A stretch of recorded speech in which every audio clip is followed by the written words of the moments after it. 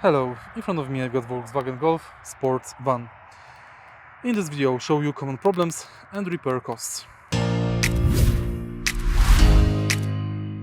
Some early models experienced water pump leaks, thermostat housing failures, electronic parking brake faults, and infotainment glitches.